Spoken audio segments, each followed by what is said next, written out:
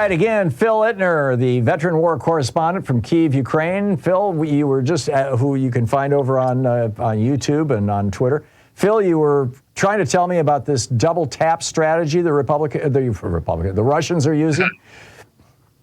Yeah, Tom, and I'm glad we got our gremlins taken care of. Me too. It's out in a town called Kramatorsk, and I was actually just there 2 weeks ago, and we were, constantly getting air raid sirens. So this is basically on the front lines. And what the Russians did was they chucked a very large, basically a Scud missile-sized rocket at Kramatorsk.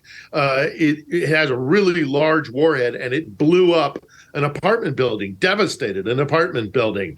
And then when aid workers went in to start digging people out, they got hit with 2 separate other missiles.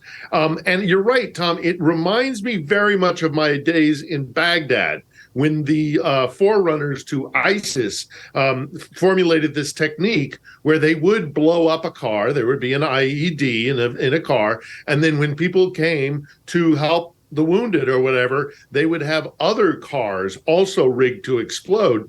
And that just made people reluctant to go and help people. And it is a terror strategy. There's no way to phrase it in other ways. It's clearly intended to strike against civilians, clearly intended to sow terror, and basically to just make the people of Ukraine suffer. There's no justification for what they did today. Yeah.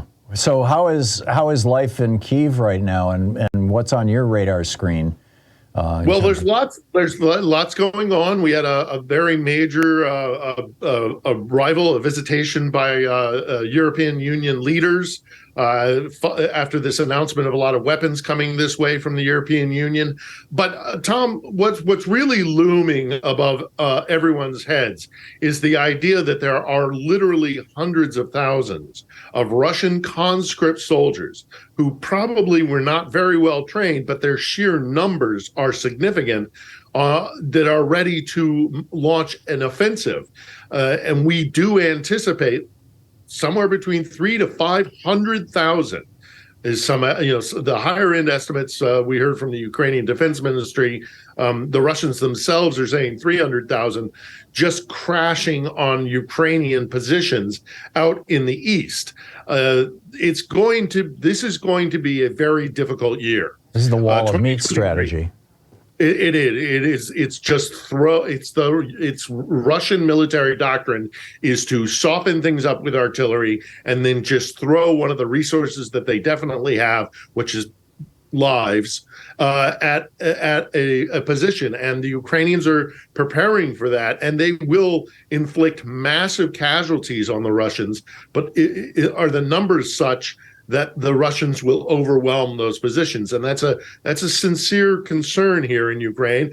But having said that, Tom, I have to make the point that I have traveled in many different cities in Ukraine since the beginning of this war, and many of these cities are now fortresses. They are absolutely everything has got sandbags, everything's got taint traps. People are prepared, if they are called upon, they are prepared to fight.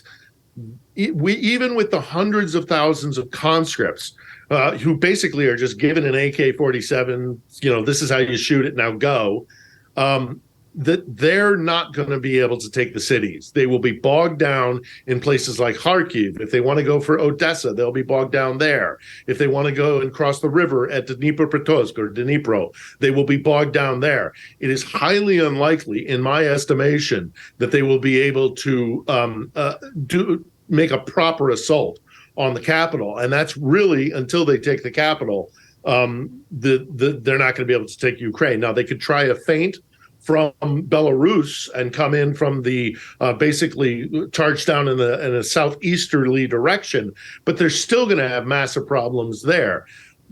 The entire society in Ukraine is mobilized, and even with the hundreds of thousands that they expect to see coming, they won't be able to take territory in any kind of blitzkrieg, swift fashion.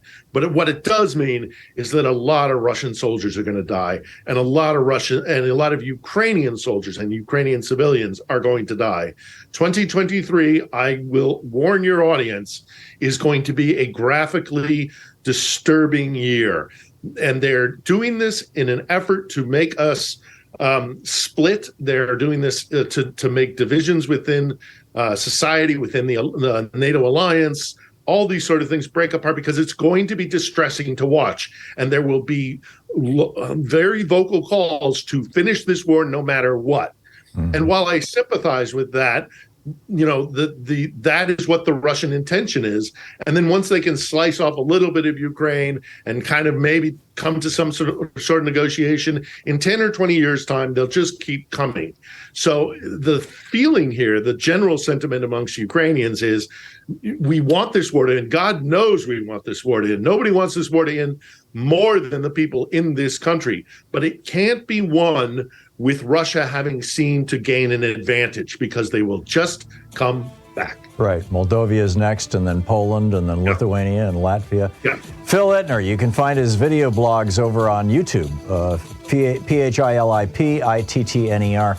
Phil, thanks so much for dropping by and giving us these Sorry updates. For the gremlins. We'll get it right next week. There you go. Thank you. Okay, look forward to it. Thanks, Phil.